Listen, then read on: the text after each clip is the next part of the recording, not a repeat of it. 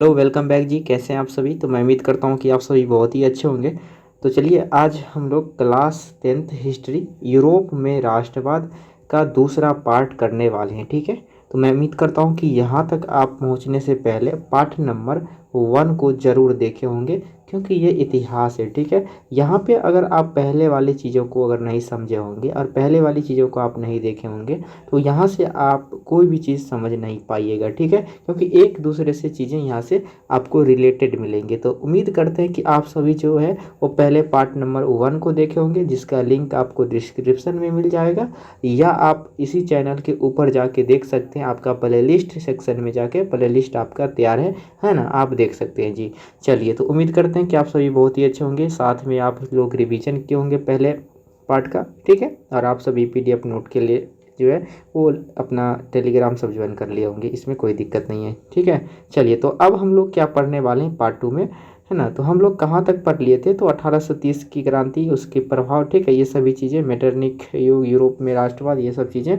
ठीक है, बहुत सारी चीज़, इटली का एकीकरण, सब देख लिए थे। अब यहाँ से हम लोग सबसे पहले फ्रांसीसी क्रांति, है ना, पढ़ रहे थे हम लोग। ठीक है, तो यहाँ से सबसे पहले देखिए क्या पढ़ने वाले हैं आज की क्लास में, कहाँ से शुरू होगा। तो सन 1848 की क्रांति, यानी कि 1848 की फ्रांसीसी क्रांति के बारे में अब हम लोग यहाँ से पढ़ने वाले हैं। ठीक है जी। चलिए, तो यहाँ से आपका देखिए क्या है, आखिर 1848 की क्रांति कैसे हुआ, जो आप पिछले वीडियो में शायद देखे ही होंगे, और अब जो है इसके बारे में तरीके से समझते हैं। तो सबसे पहले लुई फिलिप एक उदारवादी शासक था, परंतु बहुत महत्वाकांक्षी भी था। ठीक है, यानी 1800, हम जानते हैं लुई फिलिप के बारे में। लुई फिलिप जो था एक बहुत ही, जैसे यहाँ पे पीछे की बात अगर हम देखें, अगर आपको कुछ चीज़ें समझा दिया जाए तो यहाँ पे देखिए। ठीक है, तो हुआ क्या, सबसे पहले यहाँ पे देखिए, है ना, जब 1830 की क्रांति हुई, ठीक है, तो यहाँ पे फ्रांस में जो 1830 की क्रांति का बुर्बे वंश के स्थान पर आर्लेस वंश को सौंपा गया था। ठीक है, और उसके बाद जो है लुई फिलिप को जो है इसका अधिकार बना दिया, यानी कि लुई फिलिप के हाथ में जो है वो राज सिंहासन चला गया था। ठीक है, तो यहाँ से शुरू होता है अब किसका युग? तो लुई फिलिप का युग, और क्रांति शुरू होती है 1848 का। तो ये कैसा था? बड़ा ही उदारवादी स्वभाव का था। ठीक है, परंतु ये बहुत महत्वाकांक्षी भी था। उसने अपने विरोधियों को खुश रखने के लिए स्वर्णिम मध्यम वर्गीय नीति का अवलंबन करते हुए सन 1840 ईस्वी में गीजो को प्रधानमंत्री नियुक्त किया, जो कट्टर प्रतिक्रियावादी था। वह किसी भी तरह के वैधानिक, सामाजिक एवं आर्थिक सुधार के विरुद्ध था। ठीक है, तो देखिए ये जो था ना लुई फिलिप, बड़ा ही उदार, मतलब उदारवादी शासक था, मतलब बड़ा ही सिंपल शासक था, परंतु ये बहुत ही महत्वाकांक्षी था। मतलब महत्वाकांक्षी का मतलब क्या था? अपने आप में जो है ना एक अच्छा लीडरशिप समझता था अपने आप को, एक अच्छा लीडरशिप था। ठीक है, लेकिन ये अपने विरोधियों को खुश करने के लिए इसने स्वर्णिम वर्गीय नीति का अवलंबन करते हुए, है ना, स्वर्णिम वर्गीय नीति का मतलब होता है कि सभी जो मध्यम वर्ग के लोग होते हैं ना, हाँ, उनको सबको समानता का अधिकार देना इसने शुरू किया, ऐसा इसने नीति लागू किया। ठीक है, लेकिन ये अपने न आके किसको, ये 1840 ईस्वी में जो गीजो को प्रधानमंत्री नियुक्त कर दिया। क्यों? क्योंकि यह बड़ा ही उदारवादी और बड़ा ही महत्वाकांक्षी था। यह अपना जो, ये अपना पर्दाफाश जो है वो नहीं करना चाहता था। ये चाहता था कि हम छुप के रहे, लेकिन अगले आदमी को जो है प्रधानमंत्री नियुक्त करके उसका नाम हम आउट करवा दें, अपना नाम हम बचा के रखें। है ना, हमारा जो है बीच में नाम ना किसी भी प्रकार से, है ना, इधर उधर हो। तो ये जो था गीजो, ये बड़ा ही कट्टरवादी था। ठीक है, प्रतिक्रियावादी था, या किसी भी वैधानिक, सामाजिक एवं आर्थिक सुधार के विरुद्ध में था। यानी कि कोई यह नहीं चाहता था, इतना मतलब कट्टर विरोधी था, यह चाहता ही नहीं था कि किसी भी प्रकार का जो है वो शासन यहाँ पे लागू हो, कोई भी सामाजिक कार्य हो या कभी भी आर्थिक सुधार हो। इस सभी के खिलाफ था कौन? ये गीजो। तो बताओ, गीजो को प्रधानमंत्री नियुक्त कर दिया, तो अब सारा दायित्व जो है वो किस पे पड़ गया था? 1848 की क्रांति का गीजो पर। लेकिन ये लुई फिलिप उसका शासक था, मेन शासक तो यही था ना, लेकिन इस पर कोई भी परवाह, क्योंकि यह बहुत ही तेज चतुर था। तो लुई फिलिप अपना नाम जो है वो पीछा करना चाहा, लेकिन गीजो को आगे करके, है ना, वो जो है वो विरोध में इसका शुरू कर दिया था। ठीक है, चलिए तो आगे आप समझते हैं। आगे अगला पॉइंट आपका क्या है, ध्यान से देखते हैं कि लुई फिलिप ने पूंजीपति वर्गों के साथ रहना पसंद किया। देखो कितना तेज है। सबसे पहले तो ये मध्यम वर्ग के लिए नीति लागू किया, गीजो को प्रधानमंत्री बनाया और उससे जो है वो मध्यम परिवार को आश्वासन दिया, लेकिन सबका विरोध करता था, कोई भी काम सुधार नहीं किया। लेकिन यह पूंजीपति यानी धनिक आदमी के साथ जो है, धनिक वर्गों के साथ जो है साथ रखना अच्छा पसंद किया। ठीक है, ये मतलब ये चाहता था कि यार मतलब इसको कोई मतलब ही नहीं था, यानी जो भी लोअर क्लास के थे, जो मध्यम परिवार के थे ना, उनसे कोई मतलब नहीं। ये चाहता था कि हमारे साथ जो है पूंजीपति लोग रहे, यानी कि पैसे वाले लोग रहे। ठीक है, जिसे शासन के कार्यों में अभिरुचि नहीं थी। ठीक है, जिसे क्या था, शासन के कार्य में कोई भी, यानी शासन करने से इसको कोई भी कुछ खास मतलब नहीं था, जो अल्पमत में भी था। क्योंकि देखो अब कोई भी पूंजीपति वर्ग रहता है, जैसे हमारे देश में ही जैसे है ना रतन टाटा जी थे, अभी अडानी अंबानी जी हैं, तो उनको क्या है मतलब शासन करने से कोई मतलब नहीं, अपने काम में हमेशा बिजी रहते हैं। तो क्योंकि इन लोग का स्वभाव ही होता है, तब तो इतना बड़ा बन गया ना। तो ये भी लुई फिलिप चाहता था कि पूंजीपति वर्ग को साथ में रखेंगे ना, तो शासन के कार्य में भी इसको कोई अभिरुचि नहीं रहेगा, साथ में हमारे पास जो है ना ज़्यादा अल्पमत वाला रहेगा, यानी कि कम संख्या में लोग रहेंगे लेकिन ज़्यादा पूंजीपति वर्ग के रहेंगे। ठीक है, तो उसके पास भी किसी भी तरह का सुधारात्मक कार्यक्रम नहीं था, और न ही उसे विदेश नीति में किसी भी प्रकार से सफलता हासिल हो रही थी। और लुई फिलिप को जो था वो इसमें कोई भी इसका सुधारात्मकता कार्यक्रम नहीं था, या किसी भी चीज़ में ये सुधार नहीं लाया। ठीक है, और साथ में ना ही उसे विदेश नीति में अच्छा तरीका से ज्ञान था। जैसे मेटरनिक को सबसे ज़्यादा जो है वो विदेश नीति में अच्छे तरीका से उसको महारत हासिल था, लेकिन लुई फिलिप को ऐसा कुछ भी नहीं था जी। ठीक है, चलिए तो उसके बाद आता है लुई फिलिप के बारे में अगला पॉइंट देखते हैं। तो लुई फिलिप के शासनकाल में देश में भूखमरी, बेरोजगारी है ना व्यापक होने लगी, जिसकी वजह से वहाँ पे गीजों की आलोचना होगी। आप बताओ लुई फिलिप के शासनकाल में जो फ्रांस में हुआ रहा था, क्या होने लगा, भूखमरी होने लगा, बेरोजगारी होने लगा। क्यों? क्योंकि लुई फिलिप जो था वो जब गीजो को प्रधानमंत्री अभी जस्ट देखे थे बनाया था 1840 ईस्वी में, तब इसने कोई भी सुधारात्मक कार्य नहीं किया, आर्थिक मदद नहीं की। ठीक है, सबको लेके ही नहीं चला, पूंजीपति को साथ में कर लिया लेकिन बाकी लोग को छोड़ दिया। तो ऐसे में कैसे देश आगे जा सकता है? देश को आगे जाने में सबसे ज़्यादा मदद हम जानते हैं किनका होता है, तो मध्यम परिवार का ही होता है ना, किसान लोग का होता है ना। जो लोग कम ही इनकम देते हैं उससे नहीं मतलब है, लेकिन एकता में जो कहता है ना बल होता है। वही बात है, जब तक हम गरीब को लेके नहीं जाएंगे तब तक मेरा देश आगे नहीं बढ़ सकता है जी। ठीक है, क्या मैंने सही कहा ना? चलो आगे देखो यहाँ से। तो अगला आता है, तो यहाँ पे क्या होने लगा, क्योंकि प्रधानमंत्री जो था वो कौन था, तो प्रधानमंत्री गीजो था। तो गीजो का आलोचना जो है यहाँ से शुरू हो गया। ठीक है, चलिए तो फिर आगे समझते हैं, हम अगला पॉइंट देखते हैं। तो यहाँ से आपका अगला पॉइंट आता है कि सुधारवादियों ने है ना 22 फरवरी 1848 को पेरिस में एडोल्फ थ्रियस के नेतृत्व में एक विशाल भोज का आयोजन किया। जगह जगह पर अवरोध लगाए और लुई फिलिप को गद्दी छोड़ने पर मजबूर कर दिया। लेकिन जो सुधारवादी लोग थे, यानी जो राष्ट्रवादी लोग थे, वो क्या किया, ठीक है, जो देश से प्रेम करते थे, उसने 22 फरवरी 1848 को पेरिस के एडोल्फ थियर्स में उसने एडोल्फ थियर्स के नेतृत्व में, यानी एक ना राष्ट्रवादी नेता का नाम है एडोल्फ थियर्स के नेतृत्व में एक विशाल भोज का आयोजन किया, और साथ में जगह जगह पर अवरोध लगाए, यानी कि जगह जगह पर विरोध करना शुरू किया। ठीक है, और सभी लोग जो था, जो राष्ट्रवाद की भावना को रखते थे, जो देश प्रेम की भावना को रखते थे, उन सभी को जो है साथ किया, और लुई फिलिप को जो है वो गद्दी छोड़ने पर मजबूर किया, क्योंकि ये पूंजीपति वर्गों को रखना चाहता था साथ में, है ना। कोई सुधारात्मकता कार्य नहीं किया, आर्थिक मदद नहीं की, सबको समान भाव नहीं दिया। ठीक है, पूंजीपति को साथ रखा, गीजो को प्रधानमंत्री बना दिया, वो और कचरा था। ठीक है, चलिए फिर आगे समझते हैं। अब आगे आता है, तो यहाँ पे हुआ क्या है ना, आगे चल के यानी कि जैसे ही आंदोलन शुरू हुआ 22 फरवरी है ना, 22 फरवरी 1848 को, तो हुआ क्या, उसके बाद 2 ही दिन के बाद लुई फिलिप को जो है वो गद्दी छोड़ने पर मजबूर कर दिया गया। ठीक है, और वो इंग्लैंड चला गया। तो बताओ लुई फिलिप कब गद्दी से हटा था, तो 22 फरवरी है ना 1848 को गद्दी त्याग दिया था लुई फिलिप, और कहाँ चला गया, तो याद रखिएगा इंग्लैंड चला गया। उसके बाद अगर यहाँ से अगर क्वेश्चन कोई और पूछा जाता है, तो बताओ सबसे पहले है ना ये चीज़, एक चीज़ देखते चलते हैं। तो बताओ यहाँ पे जो विशाल भोज का आयोजन किया गया था वो किसके नेतृत्व में किया गया था, तो एडोल्फ थियर्स के नेतृत्व में कब किया गया था, तो 22 फरवरी 1848 को किया गया था। उसके बाद एक क्वेश्चन यहाँ से ये भी बन सकता है कि बताओ है ना कि ये जो लुई फिलिप था वो प्रधानमंत्री किसे नियुक्त किया, तो 1840 में गीजो को किया था। तो ये रेड में हाईलाइट है, तो आप वैसे भी समझ सकते हैं, है ना, बताने की कोई ज़रूरत नहीं है जी। चलिए, उसके बाद हुआ क्या, यहाँ से लुई फिलिप जब गद्दी त्याग दिया और इंग्लैंड चला गया, तो आगे समझते हैं उसके बाद क्या हुआ।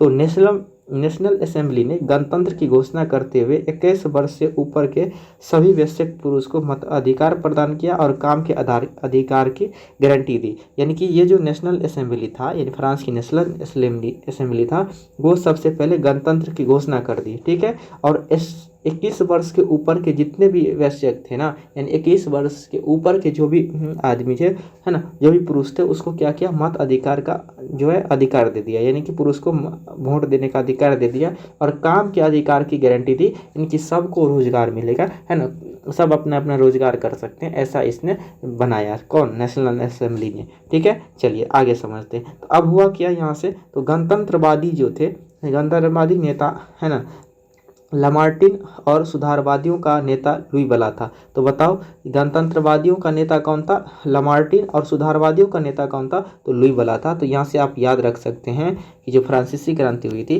तो गणतंत्रवादियों का जो नेता था वो कौन था, लामार्टिन था, और सुधारवादियों का नेता लुई बला था, याद रख सकते हैं। लेकिन हुआ क्या कि दोनों ही है ना, दोनों में ही मतभेद हो गया। अब बताओ, होता है अक्सर ऐसा कि जब एक ही देश में दो अलग अलग प्रकार के नेता होते हैं, तो कभी कभी हो जाते हैं कि आपस में, है ना, मतभेद होता ही है, ठीक है। तो यहाँ पे हुआ क्या, दोनों के बीच में मतभेद शुरू हुआ, और उसके बाद जब जैसे ही दोनों में मतभेद शुरू हुआ, तो उस बीच का फायदा उठाकर, है ना, तो लुई नेपोलियन जो है वो फ्रांस का सम्राट बन गया। तो बताओ, जैसे ही अब हम जानते ही हैं कि अगर दो के बीच में झगड़ा होता है या लड़ाई होता है या मतभेद होता है, तो इसमें तीसरा का जो है वो फायदा हमेशा होता है ना, है ना। देखते होंगे ज़िंदगी में भी ऐसे होते हैं ना, दो लोग बीच में झगड़ा लगाते हैं और तीसरा फायदा उठा ले जाता है। तो यहाँ पे भी कुछ ऐसा ही चीज़ें हुआ, है ना, दोनों जो नेता थे आपस में लड़ पड़े, और नेपोलियन जो था, यानी लुई नेपोलियन फ्रांस का सम्राट बन गया, ठीक है। तो उसके बाद होता क्या है, जैसे ही लुई नेपोलियन फ्रांस का सम्राट बना, तो सन 1848 ईस्वी की क्रांति ने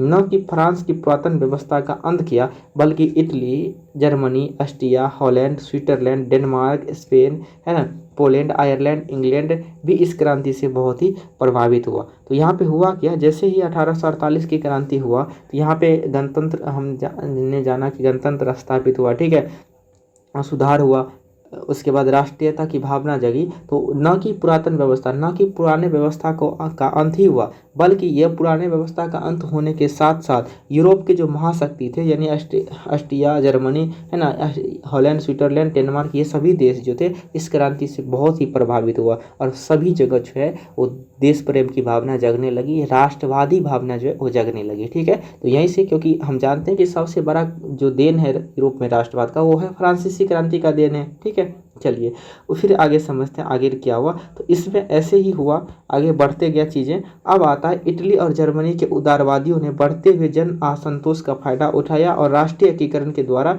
है ना, राष्ट्र राज्य की स्थापना की मांगे को आगे बढ़ाया, जो संवैधानिक लोकतंत्र के सिद्धांत पर आधारित थी। तो देखो, ये जो प्रभावित हुआ ये सभी देश, तो अब सभी देश में जो है ना राष्ट्रवाद की भावना क्या हो गया, शुरू हो गया, और सभी लोग जो है, सभी लोग जो था, इटली का, जर्मनी का, है ना, ये देशों का था, सब अपना अपना देश में जो है वो क्या राष्ट्रवादी भावना, देश प्रेम को लेकर, है ना, राष्ट्रीय एकीकरण को लेकर, सब जो है वो एक मतलब सिद्धांत जारी किया, जो संवैधानिक लोकतंत्र के सिद्धांत पर आधारित था, और सभी जो है वो देशभक्ति के रूप में, ठीक है, जो था अपना, है ना, देश को एकीकरण करने के लिए, यानी एकता लाने के लिए, देश को एकजुट करने के लिए सभी के जो सभी लोग थे वो तैयार हो गए, और सभी के सभी लोग जो है वो क्या किया, राष्ट्रीय एकीकरण के द्वारा राष्ट्र राज्य की स्थापना को मांग को आगे बढ़ाया साथ में। तो याद रखिएगा ये सभी चीज़ें हुआ, और इसके बाद तब आता है, जैसे ही राष्ट्रवाद की भावना जगी, तो अब इसी के साथ आता है इटली का एकीकरण, यानी कि अब हम जो पढ़ने वाले हैं वो पढ़ने वाले हैं इटली का एकीकरण। तो मैं उम्मीद करता हूँ कि आपको जो है यहाँ तक सारी चीज़ें अच्छे से समझ में आया होगा, फ्रांसीसी क्रांति को आप अच्छे से समझे होंगे, ठीक है। तो जैसे ये सी चीज़ें होता है, तो हम जानते हैं सभी देश में जो है वो लहर फैल गया क्रांति का, ठीक है, एकीकरण का, है ना, राष्ट्रभाव की भावना का। तो अब इसके साथ यहाँ से शुरू होता है इटली, जो एक महत्वपूर्ण राज्य था। तो इटली का जो है यहाँ से आपका शुरू हो जाता है टॉपिक, जो आपके एग्जाम के लिए भी काफ़ी यहाँ से महत्वपूर्ण होने वाला है। चलिए, तो शुरू करते हैं यहाँ से। तो अब हम लोग पढ़ने वाले हैं क्या, तो इटली का एकीकरण। क्या क्या पढ़ेंगे? इटली का एकीकरण। चलिए समझते हैं इटली का एकीकरण क्या हुआ। तो देखिए यहाँ से, तो इटली जो है 19वीं शताब्दी के प्रारंभ में ही, है ना, मात्र एक भौगोलिक अभिव्यक्ति था जहाँ कई स्वतंत्र राज्य हुआ करते थे। इसका कारण वहाँ पे अलगाव की भावना थी। यानी कहने का मतलब हुआ, जो इटली था ना 19वीं सदी में, है ना, एक भौगोलिक अभिव्यक्ति ही था। यानी कि इटली जो था, ये नाम के लिए ही इसका जो भौगोलिक था, यानी इसका जो नक्शा था ना, वो बहुत सारे राज्य में टूटे हुए थे। ठीक है, जहाँ पे बहुत सारे स्वतंत्र राज्य था। इटली ऐसा था, है ना, टूटा हुआ राज्य था, बहुत सारे राज्य में बटा हुआ था, लेकिन एक नाम के लिए जो था कि सभी राज्य जो है एक में ही मिले हुए हैं और सब इटली का ही भाग है। ठीक है, सिर्फ नाम के लिए था। ठीक है, तो इसका जो कारण था वो क्या था? अलगाव था। अलगाव का मतलब होता है कि सब जो है ना, मतलब अपने अपने में फूटना। ठीक है ना, सब अपने अपने में रहना, मतलब अपने अपने में लड़ना। ठीक है, सभी का भावना जो है एक साथ नहीं मिलना। ठीक है, ये चीज़ें अलगाव होता है।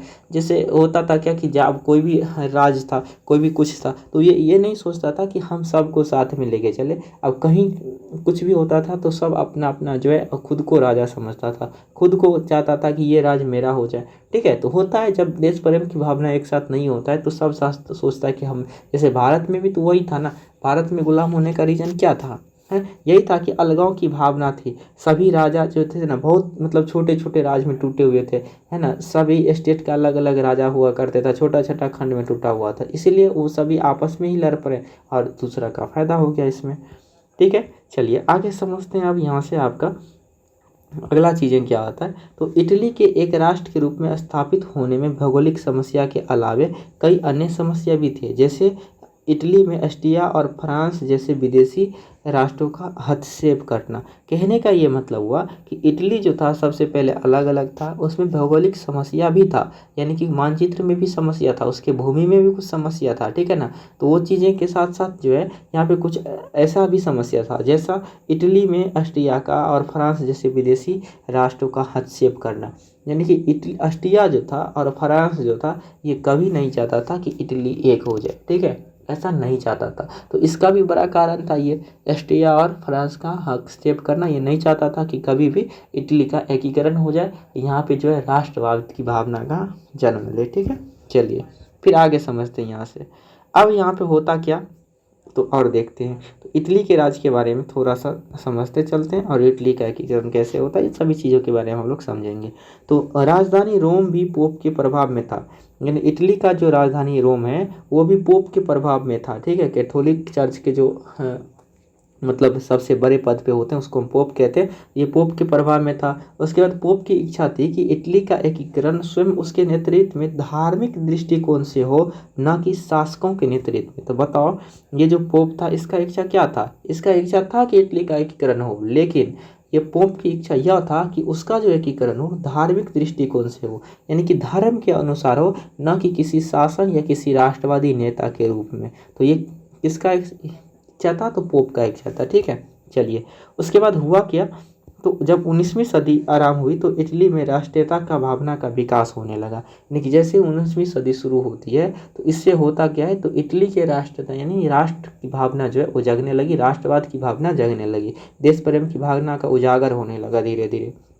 तब हुआ क्या, तो फ्रांस में होने वाली घटनाओं का प्रभाव भी यहाँ स्पष्ट से पड़ रहा था। और उसी समय में हम जानते हैं 19वीं सदी में ही, है ना, फ्रांस में भी राष्ट्रवादी आंदोलन हो रहे थे।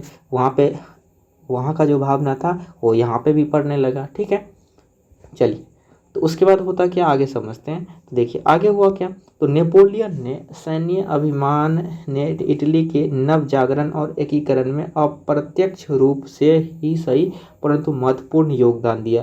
यानी जो नेपोलियन था ना, ठीक है, लुई नेपोलियन, तो लुई नेपोलियन जो था वो सैन्य अभिमान से इटली का नव जागरण किया, यानी नए इटली को बनाने में जो है उसने सक्षम दिया, यानी साथ दिया। और एकीकरण में अप्रत्यक्ष रूप से, मतलब सामने सामने तो नहीं लेकिन पीछे से ही जो है वो बहुत ही अच्छा योगदान दिया, मतलब ये इटली एकीकरण के साथ दिया। ठीक है, चलिए उसके बाद होता क्या यहाँ से कि इटली, है ना, इटली विजय के पश्चात नेपोलियन ने इन 3 गणराज्यों में गठित किया तथा, ठीक है, यहाँ पे तथा होगा, तथा सीस पाइन गणराज, ठीक है, लिग्विनियन गणराज और ट्रांसपेडोन गणराज, इसको क्या किया, गठित किया। यानी कि इटली के विजय के पश्चात, यानी ये जो नेपोलियन था जब इसने इटली को जीता, यानी इटली को साथ किया है ना, एक मतलब किया, तो तीन गणराज को एक साथ गठित कर दिया। यानी ये जो था तीन राज्य क्या था, तो सिस्पाइन था, सिस्पाइन गणराज था, लिग्विनियन गणराज था और ट्रांसपेडोन गणराज था। तो ये तीन गणराज को एक साथ किया, कौन किया, नेपोलियन ने किया, ठीक है, अपने दम के बल पे। उसके बाद होता क्या है यहाँ पे, तो नेपोलियन ने यातायात व्यवस्था को भी चुस्त दुरुस्त किया तथा संपूर्ण क्षेत्र में एक शासन के अधीन में लाया। यानी नेपोलियन का इतना बड़ा योगदान था इटली के एकीकरण में कि वो यातायात व्यवस्था को चुस्त दुरुस्त किया, यानी कि यातायात सुविधा, रोड बनाया, सड़क बनाया, है ना, ये सभी चीज़ें किया ताकि जो है ना अपने अर्थव्यवस्था को अच्छे से सही किया जाए। क्योंकि जब तक सड़क का भी विकास नहीं होगा, है ना, रोड का विकास नहीं होगा, तब तक क्या हो सकता है, तब तक यातायात जब तक नहीं रहेगा तब तक कोई भी चीज़, ये मेन विकास का जो रीजन होता है वो क्या होता है, तो यातायात ही होता है, ठीक है। और उसके बाद संपूर्ण क्षेत्र को एक शासन के अधीन में लाया, यानी जितने भी क्षेत्र थे ना उन सभी क्षेत्र को एक साथ लाने का कार्य किया, ठीक है, यानी एक शासन के अधीन लाने का कार्य किया। क्योंकि तभी तो इटली का एकीकरण संभव हो पाएगा, या तभी तो एकजुट हो पाएगा, उसका भौगोलिक नक्शा जो है एक साथ हो पाएगा, आना था कैसे होगा जी, बताओ। चलिए ठीक है, तो उम्मीद करते हैं यहाँ तक आप लोग समझे होंगे। और अब यहाँ से आता है अगला पॉइंट, देखते हैं। तो अब होता क्या है, नेपोलियन का यहाँ से पतन हो जाता है। तो बताओ नेपोलियन का पतन कब होता है, तो 1814 ईस्वी में, यानी कि 1814 ईस्वी जो होता है ना, तो यहाँ पे नेपोलियन का अब अंत हो जाता है, यानी पतन हो जाता है। और उसके बाद जब हम जानते हैं कि 1815 ईस्वी में क्या हुआ था, बीनिया कांग्रेस हुआ था। तो 1815 की बीनिया कांग्रेस के द्वारा इटली को पुराने रूप में लाने के उद्देश्य से इटली के दो राज्य पिडमोंट और सर्डिनिया का एकीकरण कर दिया गया था। यानी कि इटली को एक करने के लिए, ठीक है, 1815 ईस्वी का जो बीनिया कांग्रेस हुआ था वो सर्डिनिया राज्य को और पिडमोंट राज्य को एक कर दिया, यानी साथ में कर दिया। और इस प्रकार से जो है इटली के एकीकरण की दशा तय होने लगी। अब जैसे ही राज्य एक हुआ, सबसे पहले नेपोलियन ने तीन राज्य को एक किया, है ना, उसके बाद 1815 ईस्वी का जो बीनिया कांग्रेस हुआ, ये भी दो राज्य जो प्रमुख राज्य था, है ना, पिडमोंट और सर्डिनिया, इसका एक कर दिया। तो इस प्रकार से, है ना, वहाँ पे होने क्या लगा, तो इटली का एकीकरण का दिशा जो है वो खुलने लगा, यानी कि वहाँ पे एकीकरण का भावना जो है तेज होने लगा, ठीक है। उसके बाद होता क्या है, यहाँ से देखिए आगे समझते हैं। तो इटली में जो है 1820 ईस्वी से कुछ ही राज्य में संवैधानिक सुधार के लिए नागरिक आंदोलन होने लगे। लेकिन जैसे ही ये चीज़ें देश प्रेम की भावना जगने लगा, है ना, राज्य को एक कर दिया और राष्ट्रीय एकीकरण का जो भावना था वो बढ़ने लगा, तो होता क्या है कि 1820 ईस्वी आते आते कुछ राज्य में, यानी कि कुछ राज्य ऐसे होते हैं ना कि कुछ चीज़ें सीख मिलती है, तो उससे सीखते सीखते जो है वहाँ पे संवैधानिक सुधार होने लगा और नागरिक आंदोलन होने लगा। यानी लोगों में यह चीज़ फैल गया कि हम भी अब अपना देश को क्या करेंगे, एक साथ करना चाहेंगे, है ना, एक साथ हम देखना चाहते हैं, यानी कि अपने देश को भी हम बढ़ाना चाहते हैं, ठीक है, अपना विकास देखना चाहते हैं। तो यहाँ पे भी कुछ संवैधानिक सुधार होने लगा, ठीक है। चलिए उसके बाद यहाँ पे आता है ना, मेजिनी, जिसका आपको इंतजार होगा। चलिए तो यहाँ से यहाँ पे समझते हैं हम लोग। तो प्रसिद्ध, है ना, एक इटली का प्रसिद्ध राष्ट्रवादी नेता आता है यहाँ से, जोसेफ मेजिनी, जो एक गुप्त दल कार्बोनेरी का गठन करता है, ठीक है। तो राष्ट्रवादियों के साथ मिलकर किया, जिसका उद्देश्य था छापामार युद्ध के द्वारा राजतंत्र को नष्ट करना और गणराज्य की स्थापना करना। तो यहाँ पे आता है आपका मेजिनी, याद रखिएगा। तो जो मेजिनी था वो क्या था, एक राष्ट्रवादी नेता था और उसने किस चीज़ की स्थापना किया था, तो कार्बोनेरी दल का स्थापना किया था। तो आपके एग्जाम में पूछेगा कि कार्बोनेरी संस्था का स्थापना जो है वो किसने किया था, तो मेजिनी ने किया था, ठीक है।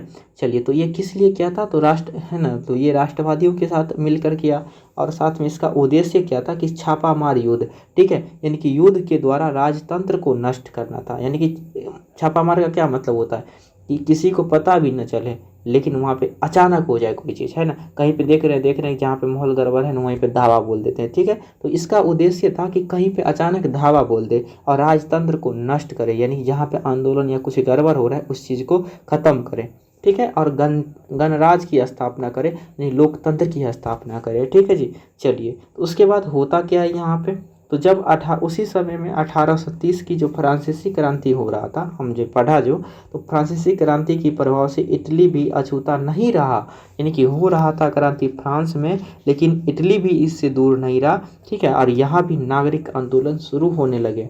यहाँ से भी जो है देश प्रेम की भावना जगने लगा, यानी कि जब होता है ना कि कभी काल होता क्या है ये चीज़ें कि जब दूसरे को देखता है कि जहाँ पे अगर मान लो कि है ना, कहता है ना कि पड़ोसी में कुछ होता है तो बगल वाले को पता चल जाता है, तो वहाँ से भी माहौल कुछ उल्टा सीधा होता है। ठीक है, तो वही बात है यहाँ पे भी कि जब पड़ोसी के देश में अगर कुछ होने लगा तो यहाँ पे भी लोग सोचने लगे कि नहीं यार, अगर हमारे यहाँ भी ऐसा होना चाहिए। होता है ना, जैसे पड़ोसी में आज कुछ नया चीज़ बन रहा है, मान लो कि पनीर बन रहा है, कुछ भी बन रहा है, ठीक है, या पुआ बन रहा है, पूरी बन रहा है, तो लगता है ना कि यार मतलब बोलते होगे घर में जाके कि मम्मी है ना आज अपने यहाँ भी बनाओ। ठीक है, मुंह में पानी आ जाता है। तो यही चीज़ वहाँ पे भी हुआ। तो यहाँ पे भी जो है ना, वहाँ के लोग जो इटली के लोग थे वो भी देखा, तो उसको भी यहाँ पे रहा नहीं गया और वह भी नागरिक आंदोलन शुरू कर दिया और राष्ट्रवाद की भावना को एक करने की कोशिश की और अपने राष्ट्र को एकीकरण के रूप में ले जाना चाहा। ठीक है, चलिए तो यहाँ से अब आगे समझते हैं आगे हुआ क्या। तो ये हम जानते हैं मेजनी जो था वो एक महत्वपूर्ण राष्ट्रवादी नेता था,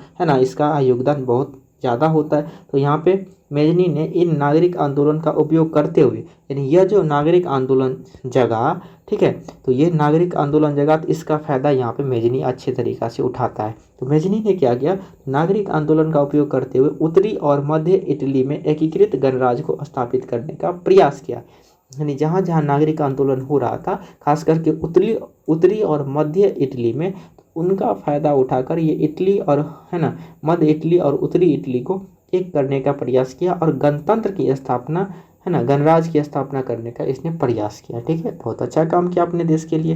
लेकिन होता क्या है, यहाँ से आगे देखते हैं तो फिर यहाँ पे आ जाता है मेटरनिकवा। ठीक है, ये ऑस्ट्रिया का चांसलर रहा, एक खचरा था, देखते होंगे, है ना। तो यहाँ पे ऑस्ट्रिया का जो चांसलर आता है ये मेटरनिक आता है, जो एक राष्ट्र है ना, उसके द्वारा जो है राष्ट्रवादी नागरिक आंदोलन को दबा दिया गया और मेजली को इटली छोड़ना पड़ा। तो देखो ये कितना कचरा था।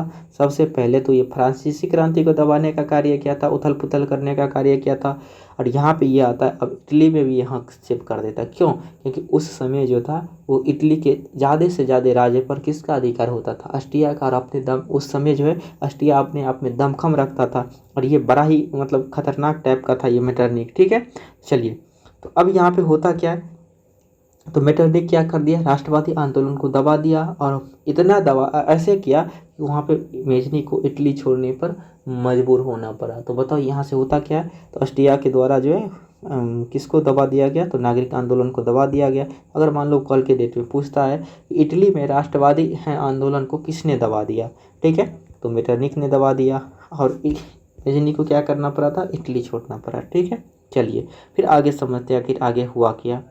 तो यहाँ से आता है आपका अगला टॉपिक, देखिए। तो 1848 तक इटली के एकीकरण के लिए किए गए प्रयास जो है वस्तुतः असफल रहा। यानी कि 1848 तक जितने भी प्रयास किए गए, है ना, जितने भी नागरिक आंदोलन हुए, उसके बाद मेजनी ने जो कार्बोनरी संस्था का स्थापित किया, राष्ट्रवाद भावना का एकीकरण किया, इटली मध्य इटली और उत्तरी इटली को एक किया, है ना, ये सब जो है सभी चीज़ें असफल हो गया।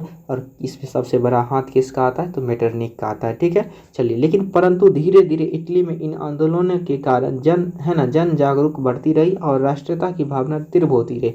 जैसे जैसे देखो दबाने का होता है ना कि जब एक बार कोई चीज़ जग जाता है लोगों के मन में, जब इटली का राष्ट्रीयकरण का भावना जग गया ना, तो अब दबाने से दब सकता है कुछ दिनों के लिए, लेकिन सदा के लिए नहीं जग सकता है। तो जैसे जैसे जो ये असफल होते गया वैसे वैसे जो है ना जन जागरूकता बढ़ते गया, यानी देश प्रेम की भावना जो है धीरे धीरे करके, ठीक है, बढ़ते चला गया यहाँ से, तो और तेज ही हो गया। ठीक है, और उसके बाद यहाँ पे आता क्या है, देखते हैं उनके बारे में। तो इटली में जो है वो सर्डिनिया पीठभूमि का नया शासक जो है वो है ना विक्टर एनामुल को जो है स्थापित किया गया और राष्ट्रवादी विचारधारा का था। उसके प्रयास से इटली के एकीकरण का कार्य जारी रहा। तो अब तो यहाँ पे मेजनी चला गया, लेकिन मेजनी के बाद आता है एक, है ना, एक अच्छा सा शासक आता है जो राष्ट्रवादी विचारधारा का था, उसका नाम है ना विक्टर एनामुल, जो सर्डिनिया पीडमोंट का नया शासक था।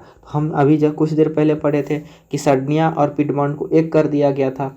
ठीक है। तो सर्दियाँ और पिटमॉन्ट को जो अब एक किया गया था तो उसका शासक कौन था, तो विक्टर एनामुल था। तो ये जो है आगे आता है मेजनी के जाने के बाद, और इसमें भी राष्ट्रवादी विचार का धारा था, क्योंकि ये सर्दियाँ और पिटमॉन्ट जो था ये इटली का ही भाग था और ये महत्वपूर्ण भाग भी था, ठीक है। तो उससे उसके प्रयास से जो है इटली का एकीकरण जो है वो जारी रहा, मतलब विक्टर एनामुल के प्रयास से जारी रहा। तो अब होता क्या है आगे समझते हैं। तो यहाँ पे हुआ क्या कि अपनी नीति में, है ना, अपनी नीति को वास्तविक रूप में लागू करने के लिए विक्टर एनामुल ने माउंटकाबुर को प्रधानमंत्री नियुक्त किया। तो अब बताओ यहाँ से अगर आपसे क्वेश्चन पूछा जाए कि एग्जाम में कि बताओ विक्टर एनामुल ने, है ना, माउंट काबूर को किस पद पर नियुक्त किया था, तो याद रखिएगा माउंट काबूर को प्रधानमंत्री के पद पर नियुक्त किया था। ये माउंट काबूर कौन था, इनके बारे में भी हम पढ़ेंगे। ये भी एक राष्ट्रवादी नेता ही था, ठीक है। इसको क्या कर दिया गया, विक्टर एनामुल के द्वारा प्रधानमंत्री नियुक्त कर दिया गया, और ये अच्छे, है ना, ये अच्छा जानकारी वाला नेता था,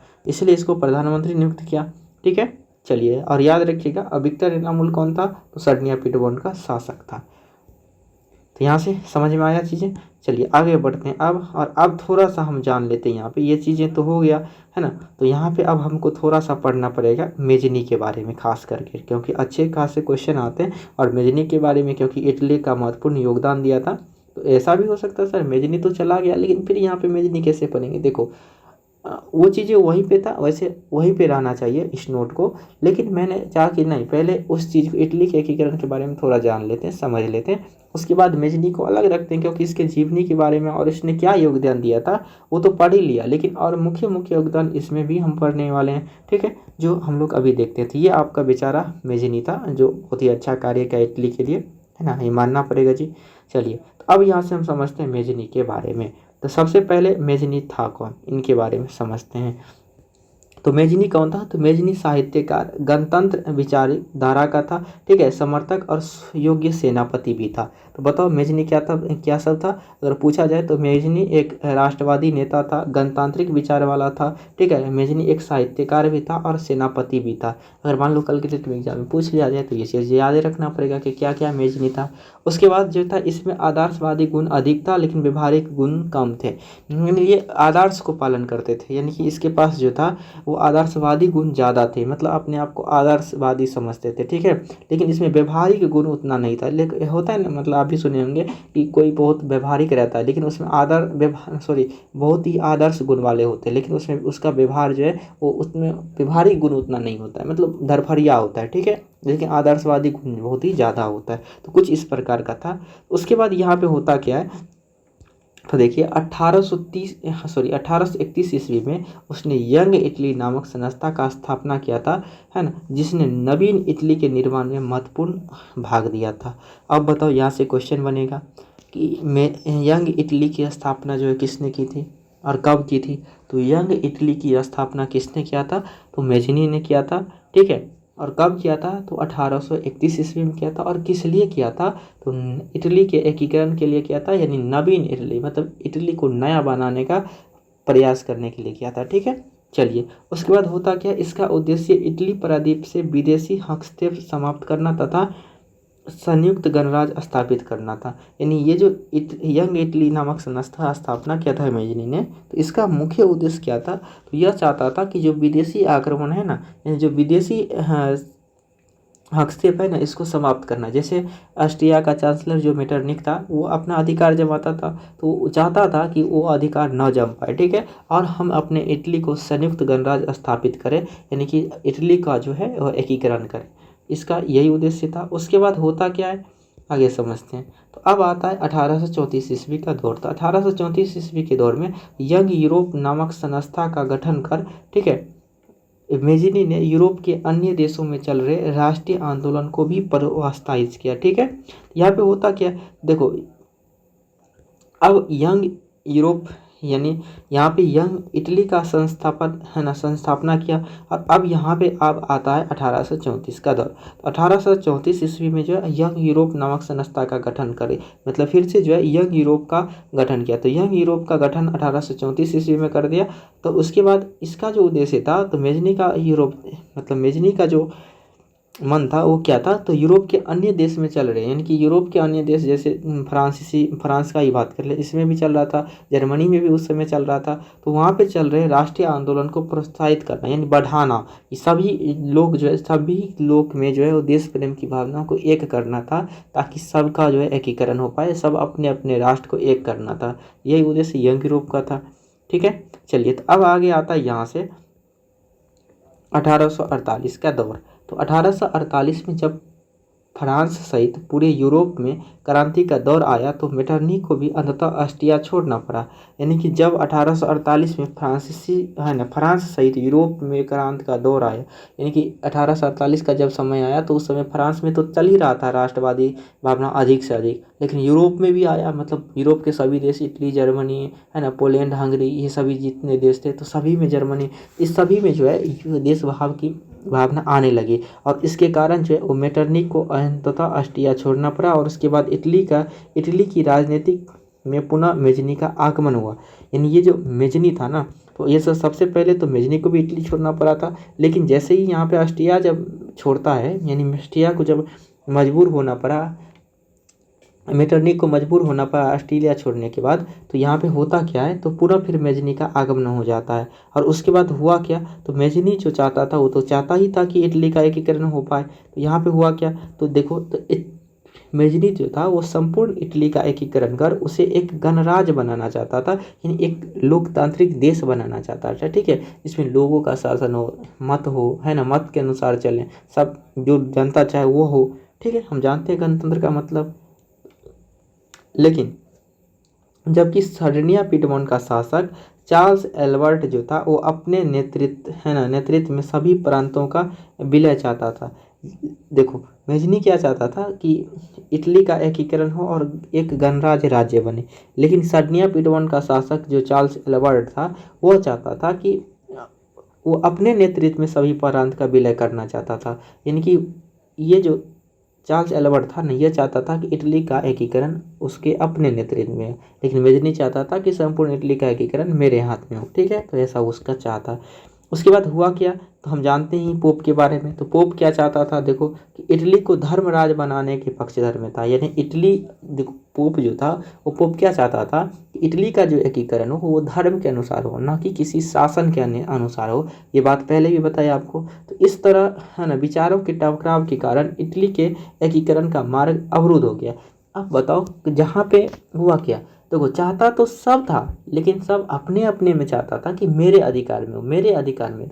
ये ना ही चाहता था कि किसी के भी अधिकार में हो जाए, लेकिन इटली का एकीकरण हो पाए, है ना, वो चाहता था। तो मेजनी चाहता था, है ना, मेजनी ये चाहता था, क्योंकि मेजनी में एक खास गुण ये भी था कि उसका ये मतलब नहीं था, उसका मतलब जनता के हित में था। यानी जो जनता चाहता था ना कि मेरा राष्ट्र एक गणराज्य राष्ट्र बने, है ना, एक डेमोक्रेसी राष्ट्र बने, वो उस अनुसार से मेजनी चाहता था। तो ज़्यादा तो सही वही हुआ ना, लेकिन बाकी ये जो लोग थे वो अपने स्वार्थ के लिए थे, लेकिन मेजनी जो था वो जनता के हित में कार्य कर रहा था, तो मेजनी अच्छा था। ठीक है, लेकिन फिर हुआ क्या, जब है ना, जब तीन लोग एक ही देश को करने लगे कि मेरे में हो, मेरे में हो, तो यहाँ पे हुआ क्या, इटली के एकीकरण में फिर से एक बाधा उत्पन्न हो गया। ठीक है, चलिए, उसके बाद होता क्या, आगे चलिए समझते हैं। अब यहाँ पे होता क्या है, तो ऑस्ट्रिया द्वारा जो है इटली के कुछ भाग, है ना, कुछ भागों पर आक्रमण किए जाते हैं, है ना। अब ऑस्ट्रिया जो था, ये मेटरनिख जब छोड़ा ऑस्ट्रिया, तो ऑस्ट्रिया तो चुप रहने वाला था नहीं। तो ऑस्ट्रिया क्या करता है यहाँ पे, तो इटली के कुछ भाग में फिर आक्रमण किया। ठीक है, और जिससे क्या हुआ, सर्डिनिया के शासक चार्ल्स एल्बर्ट को पराजय होने पड़ी। सर्डिनिया पिडमोंट का जो शासक था चार्ल्स एल्बर्ट, उसका जो है पराजय हो गया। ठीक है, यानी वो हार गया। और उसके बाद हुआ क्या, ऑस्ट्रिया के हस्तक्षेप से इटली में जनवादी आंदोलन को कुचल दिया गया। यानी फिर से यहाँ पे ऑस्ट्रिया आके जो है वो गड़बड़ी कर देता है। क्या, ऑस्ट्रिया का जैसे ही हस्तक्षेप हुआ इटली के एकीकरण में, फिर से यहाँ पे जो है जनवादी आंदोलन को ये कुचल देता है, यानी समाप्त कर देता है, यानी अपना अधिकार जमा लेता है। और इस तरह से क्या हुआ, तो मेजनी की पुनः हार हुई और वो फिर पलायन कर गया, मतलब यहाँ से चला गया। मेजनी बेचारा जो है एक बार आया, है ना, एक बार हार गया, फिर दोबारा आया, है ना, यंग यूरोप का स्थापना किया, यंग इटली का स्थापना किया। उसके बाद जो है फिर से यहाँ पे ऑस्ट्रिया आके हस्तक्षेप कर देता है और जन आंदोलन को ख़त्म कर देता है, कुचल देता है, और यहाँ पे फिर से मेजनी का हार हो जाता है और बेचारा वो हार ही आके चल जाता है, क्योंकि उसका साथ है ना दिया, लेकिन सभी नेता अगर देते तो यहाँ पे हो संभव था कि इटली का एकीकरण है ना हो पाता, और यहाँ पे क्या हो पाता, तो मेजनी भी अपना एकीकरण देख पाता, लेकिन वहाँ से नहीं देख पाया। तो यहाँ पे आता क्या है, तो माउंट काबूर तो भी बचा हुआ था, ठीक है, हमने पढ़ा। तो ये तो मेजनी का था, लेकिन यहाँ पे देखो हुआ क्या, तो जो मेजनी चला गया था, तो मेजनी के बाद कौन आया था, ठीक है, तो विक्टर इनामुल आया था। उसके बाद माउंट काबूर को प्रधानमंत्री बनाया, क्योंकि ये 1848 की बात थी। लेकिन जैसे ही फिर यहाँ से माउंट काबूर आता है, तो माउंट काबूर ने भी अपना योगदान दिया। ये है बेचारा माउंट काबूर, ठीक है, आप देख रहे होंगे अच्छा सा मुच्छल सा। तो अब जो है हम लोग क्या पढ़ेंगे, माउंट काबूर के बारे में पढ़ेंगे, लेकिन यहाँ से अगली क्लास में पढ़ेंगे। तो उम्मीद करते हैं कि यहाँ से जो है आप लोग अच्छे तरीक़ा से समझे होंगे और किसी भी प्रकार का कोई भी आपत्ति आप सभी के पास नहीं होगा जी, ठीक है। चलिए, क्योंकि 40 मिनट का लगभग वीडियो बन चुका है यहाँ से, तो क्योंकि ज़्यादा लंबा होता है तो फिर आपको बोरिंग लगेगा, मन नहीं लगेगा, और क्योंकि रहेगा तो आपके चैनल के ऊपर ही, ठीक है, इसी चैनल के ऊपर रहेगा, तो चाहे पार्ट में हो या एक ही बार करा दिए, पार्ट बाय पार्ट रहेगा तो और अच्छा रहेगा। चलो यार, ये पार्ट अभी कर लेते हैं, ये पार्ट बाद में कर लेंगे, ठीक है। चलिए, तो यहाँ से हम लोग आज की क्लास को यहीं पे समाप्त करते हैं, विराम करते हैं। मिलेंगे अगली क्लास के साथ, तब तक के लिए ओके बाय, पढ़ते रहिए, मस्त रहिए। अगर आप लोग PDF नोट नहीं लिए हैं तो डिस्क्रिप्शन में लिंक है, Telegram, WhatsApp group, WhatsApp channel इत्यादि आप सभी ज्वाइन कर लीजिए, है ना। आप पहली बार चैनल पर विजिट किए हैं तो आप लोग सब्सक्राइब जरूर कीजिएगा। वीडियो अगर अच्छी लगती हो तो लाइक करिएगा, अपने दोस्तों के साथ जो है जरूर शेयर करिएगा जी, ठीक है। चलिए, और नोट के माध्यम से आप लोग रिवीजन जरूर करिएगा, ठीक है। बाकी सारी चीज़ें अच्छे तरीके से लिखे गए, इस ढंग से नोट को बनाया गया है ना कि आप खुद ब खुद इस चीज़ को समझ सकते हैं, ठीक है। चलिए, मिलेंगे अगली क्लास के साथ, तब तक के लिए ओके बाय, जय हिंद।